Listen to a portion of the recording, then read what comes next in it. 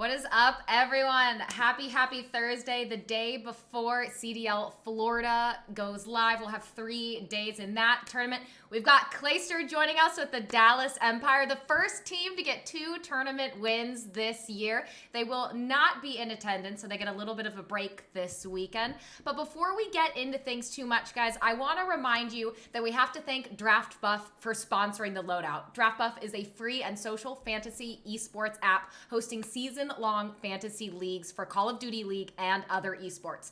Now, Jay and I are going to draft for CDL. We did it last week, and we, of course, have our drafts for CDL Florida ready to rock. They also have a salary-style tournament open to everyone, so do please come join us. It's draftbuff.com. The link is in the description, and DraftBuff is your home for esports fantasy. So, Clay, what's up? It is your birthday, so first off the rip, happy birthday.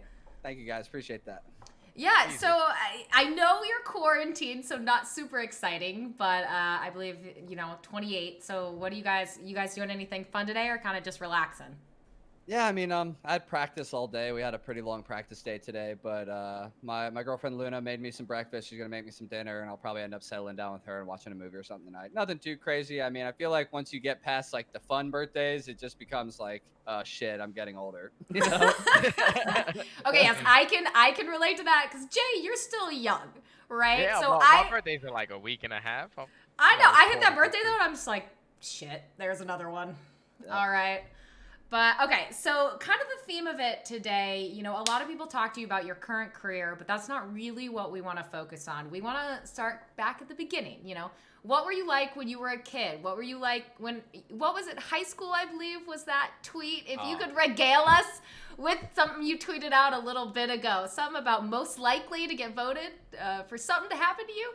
Yeah, I mean, if we're going all the way back though, before high school, I was your typical straight A student. I was super goody, just I just wanted to make my parents proud, get all A's all the time, and kind of had a couple friends, growing up, but mainly my support group was my family. I have 2 older brothers and a dad who really got me into video gaming as a whole. So a lot of that was me just hanging out with my older brother and his friends and really just kind of keeping to myself and playing a lot of video games.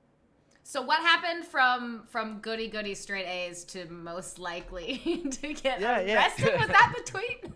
Yeah. It was like most likely to. Had to. It was most likely to end up in jail, I think. Was End up in jail. Okay. The actual thing I got voted for in high school, and honestly, it was, I guess, just a rebellion like every teenager goes through. I wasn't the smartest kid. I made a lot of dumb decisions, and I'm not going to make those public, but there's some stuff if you ask my high school friends what I'm known for, they'll give you a bunch of different answers, and none of them are good.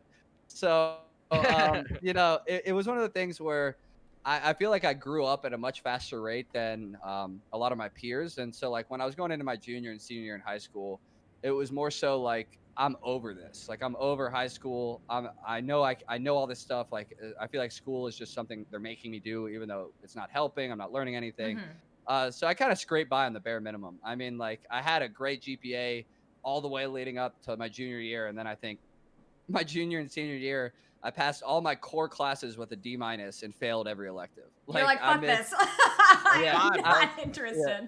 I got a diploma. Hey, yeah, I did what I needed to do, and it's one of the things where I also was real with my teachers. I'd go to and be like, hey, what do I need to do to pass this class? Like, because I'm not coming in. Like, I'm gonna skip out. I'm not coming to school. It became a huge thing with the truant officer in our school. He hated me, obviously, because I skipped all the time. I just wasn't the best high school student, but it's one of the things where it helped me grow as a person a lot. It helped me become a lot more independent, and then I took college a lot more seriously once I went on to college. Now, correct me if I'm right wrong, there with you. Jay, because you never went to college, correct? Nah, never been to college. Clay, did you finish college or did you drop out for COD? Because I'm actually not sure. Yeah, I was 7 semesters in with a 3.6-ish GPA, and I actually quit doing it to play COD because I was right as I was on Complexity and Black Ops 2 my senior year of college. So it was like really bad timing, but I'll end up going back and finishing one day just to have the degree that I paid for. Yeah, for sure. But is that something where you felt obligated to go to college? Is kind of like that's what people do? You know, you go to high school, you go to college? Or was it something that you were like, you know, I am actually really interested in this. I want to get a degree, and then COD became obviously the better option. Yeah, I mean, I was raised by my parents my whole life. Like, go to college, get a degree. That's how you succeed in life. And it wasn't looking so good me going to college my senior year in high school, and I actually got into West Virginia University Mm-hmm. without telling my mom, without telling any of my family. And then just one day, I packed up my stuff, found a place to live up there, packed my stuff up, and my mom was like, "What are you doing?" I was like, "Oh, I'm going to college," and she was like, "What?" And I was like, "I'm going to college." So it was almost like she taught me to, but then in spite of her thinking I wouldn't go, I went. It was one of those like I'm gonna go do this and do something Right. with my life. And so it definitely was the first path I took. But as I got into college and realizing like this is gonna be my career, this is what I'm gonna do all the time. I realized I needed to find something else. Like I wasn't cut out for your traditional 9 to 5. I had jobs, but they were all like Mm-hmm. nighttime graveyard shift jobs, and I realized that like I needed to do something that I really, really enjoyed. And I was studying psychology, so it's something where to have a really good job in psychology and make a decent amount of money, you have to go and get a graduate degree. So I was really focused on that to begin with, and not really understanding how much it would cost and the payout for it and Mm-hmm. everything. And so, as soon as I had the opportunity to pursue video games, I was just like, immediately, I'm gonna go all in on this, and hopefully, it pays off. See, that's how I know that there's such like I was gonna say like a big age difference, but like when you were making that decision for college, I was basically making a decision going into college when you just left at your last year because remember, I'm a couple years younger than you. I'm 24. So like at the beginning of high school, like you said, I was basically getting good grades, doing all that good shit, just to make sure my parents were happy. But then like, as I hit a certain age when I was like 17 and I seen people like you, for instance, were like traveling the world competing and I started doing it. So I started slacking off in all those classes. So then that's just what happened. I went up to my teachers. I was like, "Yo, like, what do I got to do?" Like, that's even my girlfriend was in my class, and she know I never went to that goddamn shit. So, it's just like when you were making that decision to just like drop out of college to just go live on your dream. That's exactly what I was doing when I left high school. I didn't go to college, but my parents gave me like 4 months to make it into something, and I did. So like for both of us, like it's just lit, bro. Like we wouldn't be who we are if it wasn't for like our decisions. To be Yeah, I honest. feel like with me being like the oldest pro in the CDL, I was like right on that Grandpa, edge where grandpa. Hey, I was hey, right. he's not that old actually, Jay. Not Watch yet. it, all right? Yeah. I Yeah, might no. look like it. This is just the quarantine, all right? No, but like I feel like if another year had went by before Call of Duty really took off, and I finished my degree and got a job in my field, I wouldn't have been able to do it. I For would have already sure. been committed to something. So I was like right on the edge of being like, I can still pivot off of this. Like I can still not commit to this a fully 100%, even though I've already been to school for 4 years. I still had the opportunity. And so I think that's why, honestly, I'm probably the oldest, is because it just took off at that time where I was like right where I had to make a decision, like right before I'm either like going full time into my career or going to try and do like video game professionally. So yeah, I Well, was, the I reason was why lucky, man. reason why you're still the oldest is because you still got it, man. Two world championships. I'm pretty sure you got two championships this year so far. Always bringing in the young guns, just teaching them the ropes. And like with you and Crim Six, obviously you got Crim, the most winning Call of Duty player of all time in championship count. But like you guys are just such veterans in the game. And then you add Rambo Ray, which is the guy who taught me, the guy who taught people like Scump, like taught basically probably the whole community. Like just so much brain power going to that team. So like when I see you guys from the beginning of the year, when you guys were quote unquote the best team, and I was like, oh, I believe it. Like they just have such veteran presence, and they have Mhm. nothing but young gun shooters who are just hungry as shit. Like Kyler, which is Hook, never won at that point yet, and Illy and Shotzi coming over from Halo, doing his thing, and then eventually you knew these players were set to be great. And like when you match it up with Crim Six and Clayster, and then eventually adding Rambo Ray, like this team is gonna be really hard to stop. And like that's what's so scary to me. Like people just talking about the phase roster, bunch of young guns, but you need some veteran presence. You need those people that's been in that moment to realize like, yo, I've already been here and this is what it takes to get out of it. Like, and that's why For your team sure. is just like so balanced. I appreciate the kind words, man. Yeah, I yeah, appreciate yeah. it, dude. Yeah, so something that's interesting to me about that, it's like maybe you don't necessarily want to be known as the oldest, but you're setting the standard for Call of Duty in how long you can compete and continue to be successful. So is that something that you've ever thought about, or is it kind of out of sight, out of mind for you? Oh no, I think about it a lot. I feel like I know I'm the bar. I know that especially winning champs last year and then continuing on and winning this year. I'm showing a lot of people that like age isn't just like a cutoff. Like you turn this age and you can't compete anymore. Mm-hmm. Like I genuinely believe, as long as my fingers and hands don't give out on me, I can play into my 30s. Like if I really wanted to, I feel like I could be successful and play as long as I want. And I feel like it's more of a mindset thing, and it's something that while I think about it, I don't like to dwell on it because like I keep teaming with people. Like I get older and then I team with an 18-year-old and then they go to another team. Then I get older and then I team with another 18-year-old. So like I'm literally a decade older than Illy and Shotzi, which is like absurd to me. I'm 10 years older than these guys.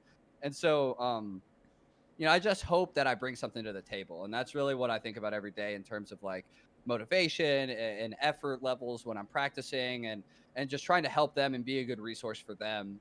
Like when we won LA, I was just so happy to win for them. Like I was happy to get Right. like them their first championship in Call of Duty, and Kyler's been hunting one forever. Like I was so happy for them, more so than myself, and that was like a weird feeling for me. I was just like, it was like a proud father moment, and I just hope to keep having those moments until I'm done competing. That's okay. So then you say 10 years older, right? Like that's a pretty significant gap. That's a decade. Are there any cultural differences or like generational differences, like moments you've had with like a Shotzi or an Illy where you're like, oh my God? Yeah, there's dude, I'll reference like old cartoons and stuff, and they'll be like, "What are you talking about?" And I'm just like, "Oh wait, you Wait, guys have probably never no. seen like Doug or something like that." Doug's Like these so like old good. cartoons and even stuff like Rocket Power and stuff like that. I'll be referencing Classic. stuff, and yeah, and they just are like, "Dude, you're old," and I'm like, "Well, dang!" Like I guess I've gotten to that point where like it's weird for me because being in the Call of Duty scene, it's a weird mishmash of like cultures and almost like lingo and slang and all that stuff. So like I've kept up with like the trends, and like I'm never like get off my lawn, kids. Like I understand like the new trendy words to say and just those kind of things because I get it from COD. But I've started to get to the point where I'm like, can I say like lit? Like, am I allowed to say like, am I allowed to say stuff like that? Like, and it's weird because I'm around it every day. So thankfully I haven't gotten roasted too much Mhm. for using the young kids lingo, but I'm sure that day is coming very soon. So, okay, we focus a lot, and it makes sense, right? We focus a lot on you in Call of Duty because that's what people see all of the time, whether it's on your Twitch, whether it's on Call of Duty on YouTube, whatever it may be. But what is your life like behind that? What is your life like? You have this house, you're designing this house, you're living this life, you have this whole other world that's not Call of Duty. And what's that like for you? I mean, has it ever been a weird balance, or is it kind of something you prefer to just keep totally separate from, I guess, anything involving COD? Yeah, I mean, I'm not necessarily like hiding my life. It's something that I'd rather keep more private. I mean, people online and especially people that know me as a COD player know me as Clayster, but like all my friends and family know me as Clay. And that's two different people, and that's something that I'm not necessarily like, putting in the shadows or something, but it's something I do like to maintain some semblance of like personal life. I don't want everybody knowing everything about me or my family. Like a lot of people don't know that I have a sister, and that's something that I don't just shout out onto Mm-hmm. Twitter all the time, or have a younger brother that's special needs and stuff like that. And so that's stuff that although I'm not like ashamed or anything, it's stuff that I just like to keep personal. And honestly, my life outside of COD is a lot of music, a lot of the time, going to concerts and music festivals, and I I've been remember doing those. that. Yeah, yeah, I remember those. before quarantine, yeah, at least. Yeah, it's I've been going to festivals and concerts since like 2009, Mm-hmm. 2010. My dad was in a super famous rock band back in the 70s, called the Marshall Tucker Band. And so like I've been around good music my whole life and just like been meeting crazy people and all that kind of stuff. So it's a lot of enjoyment spent kind of disconnecting.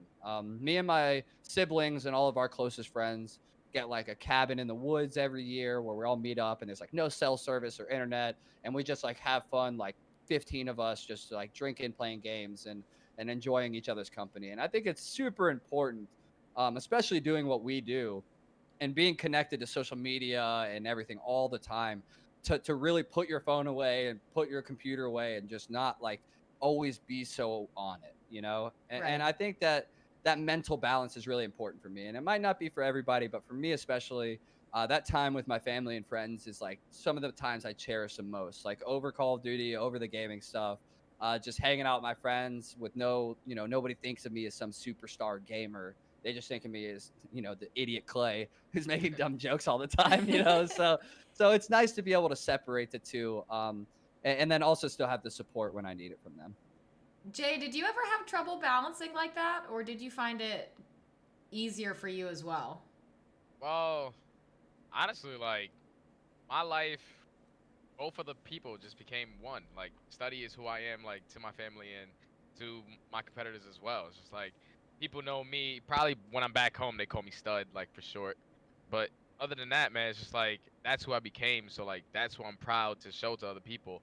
And everybody basically knows who I am, and I don't ever try to hide anything. My friends, my family, everybody knows like who I am and what I represent for myself. So like I'm the same person regardless if I'm on the screen or not the screen, and that's just never gonna change. But I don't think there's anything wrong with that, right? Like whether No, you want to absolutely have not, like because a I'm that separation or dude. not, it's fine. I'm that dude. Yeah. I'm that dude. You are that dude, Jay. I'll give Yes, you that sir. one. Let's go, Clay. Yeah, Let's well, go. I mean, it's a good point though, right? It's like everyone's different in that aspect. Like, do you want to kind of have that separation and have that life that's just yours and it's private and it's special, right? In the sense that you don't, it's not in the public eye, or Yeah. do you just want it all to be out there? And it's fine either way. But I think that Nameless and Pac-Man might have touched on this a little bit when you were chatting with them. But I am really curious to know, do you have any thoughts about after Call of Duty? Do you have any thoughts? You said you want to go back and get your degree in college. Have you ever considered pursuing anything with psychology full time, or have you not even gotten to that point? You're like, oh shit, don't ask me this question because I don't know.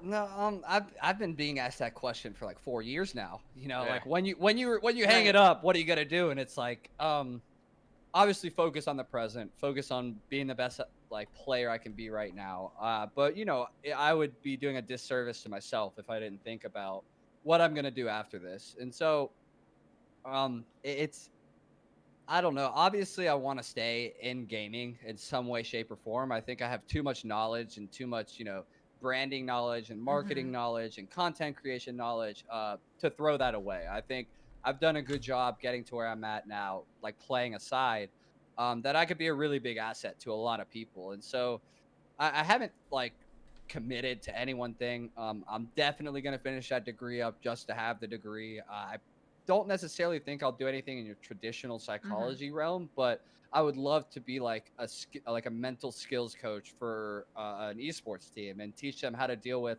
the pressure from the fans and the orgs and the pressure you put on yourself, and how to deal with these situations and navigate them. I feel like that's something where I could add a lot of value that also uses the degree that I got. So it's definitely something to think about, and it's something that I haven't like, fully committed on anything.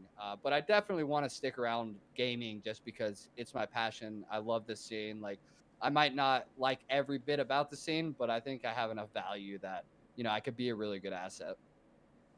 So, okay, Jay, correct me if I'm wrong, because my main obviously COD esports knowledge starts last year, and I kind of understand World War II. I'm a little familiar, and I've picked up tidbits here and there.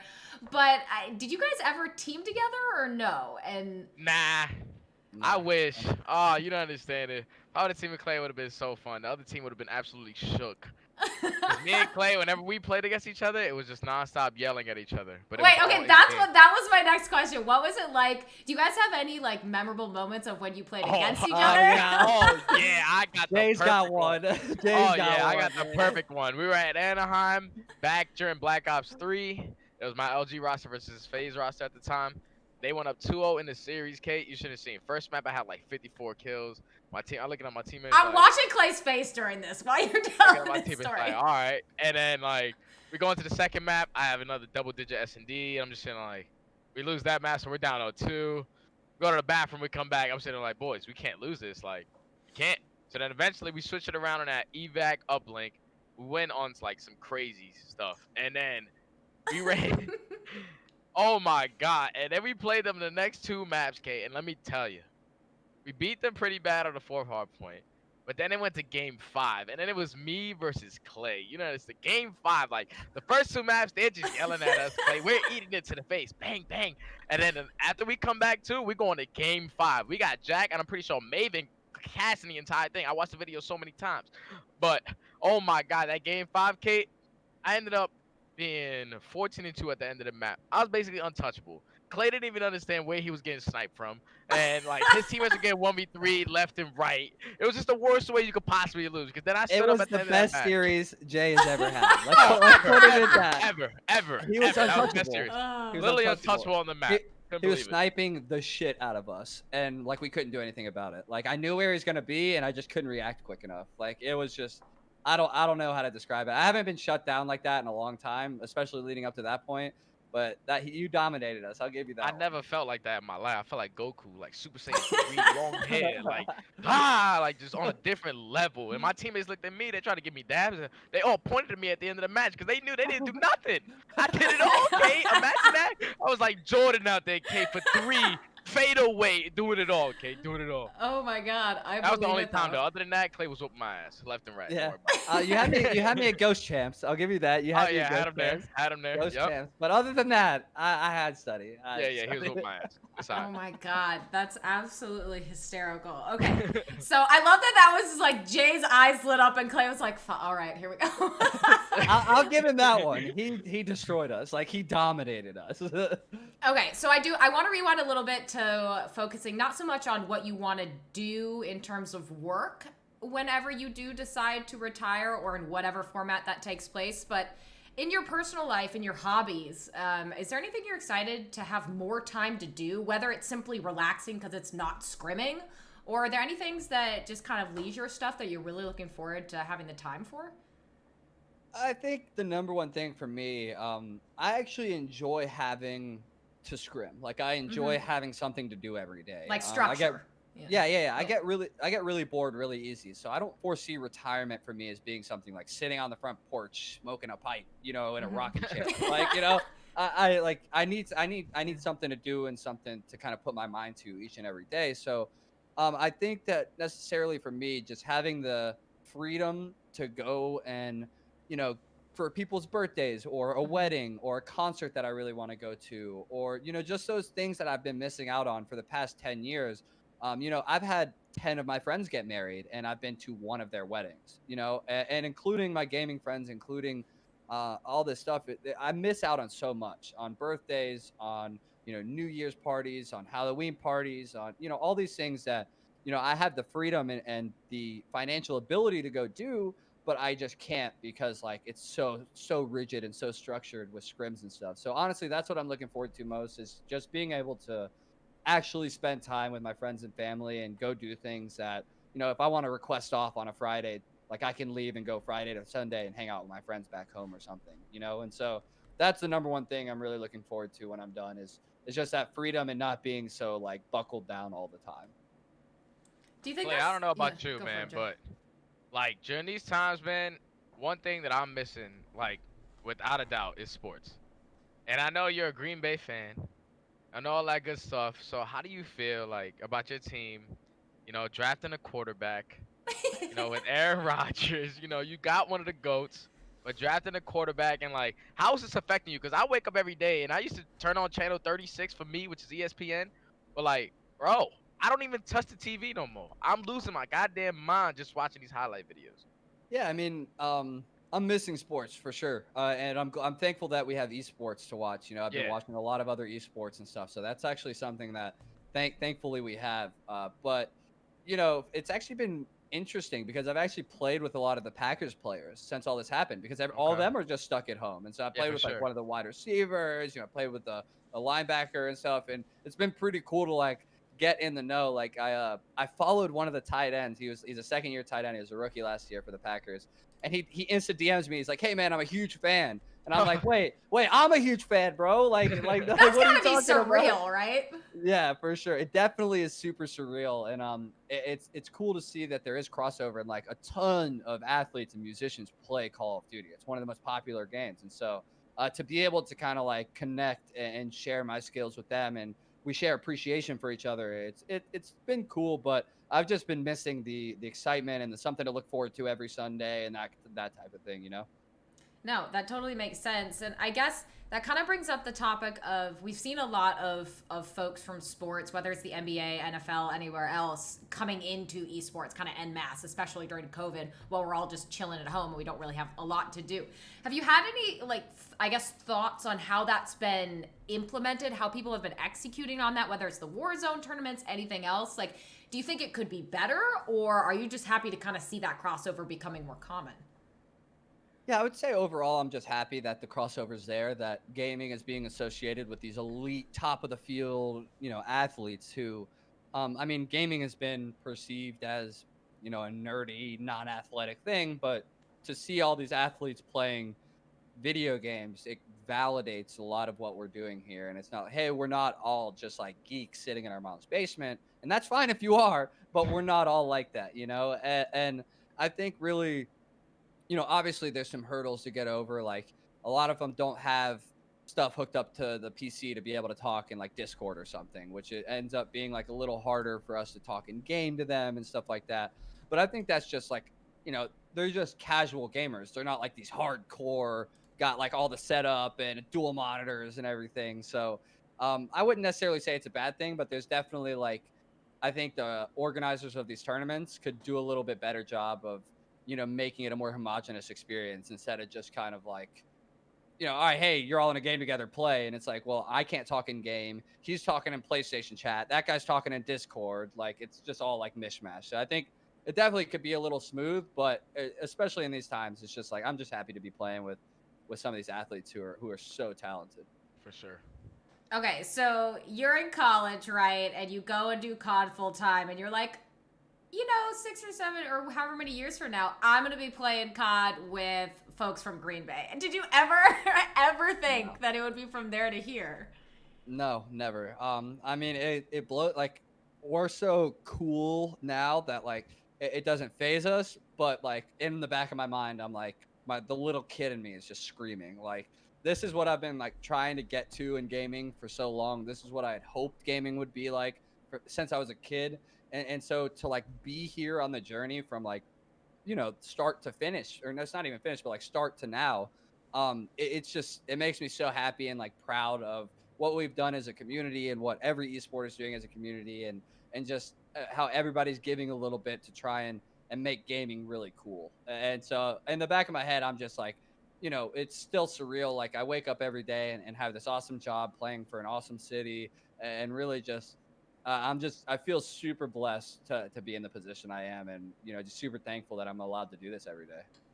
So we've got a couple minutes left, and this is a question, Jay, that I have actually for both of you to kind of Okay. close things out. And it's kind of for some of the rookies this year, right? The folks who are competing in Call of Duty, who are experiencing it for the first time with all the glitz and the glam, and the NFL athletes, and the Call of Duty franchising and everything else. Do you guys have any advice or any thoughts for them when you guys came from kind of more humble beginnings and have been used to the spotlight for a lot longer?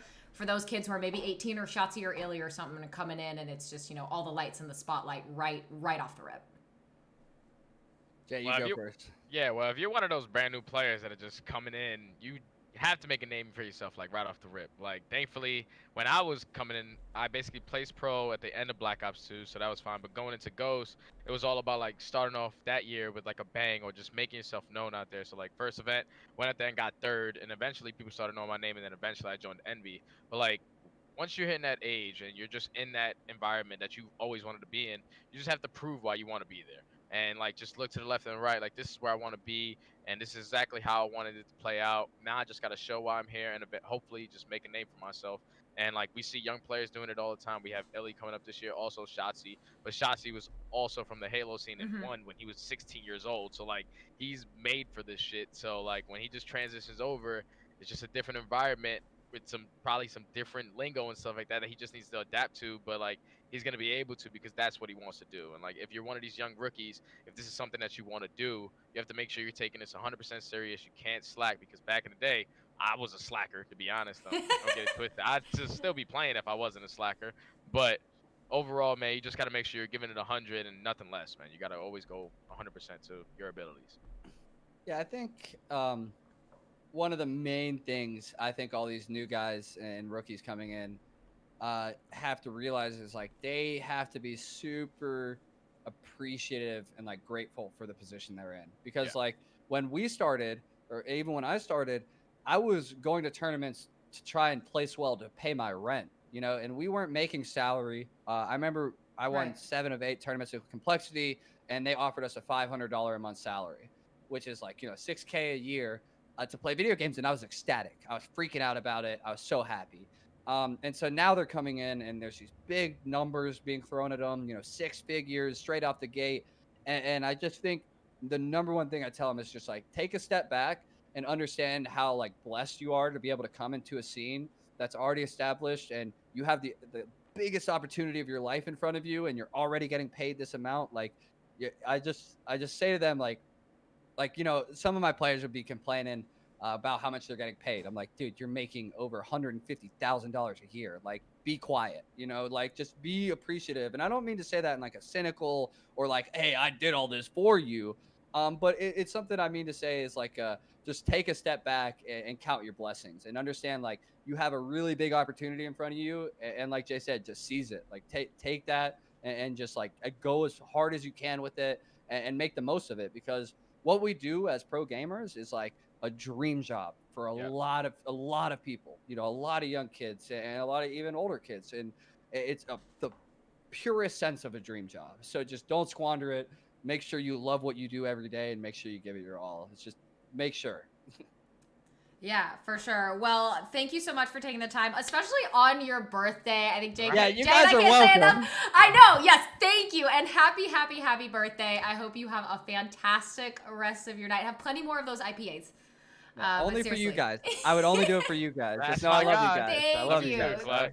Hope you guys have a Thank great you, night. thank you, and happy You too, man. birthday. Thank you, guys. And we will catch you later. And guys, that's it for us. Thank you so much for joining us on the second episode of the Loadout with Clay on his birthday. You guys have been fantastic. If you haven't already, go to the description. Draft buff for CDL Florida starting tomorrow. So please join us for that. It should be a lot of fun. Clay, thank you once again. But guys, that is it for us, and we will catch you later. Peace.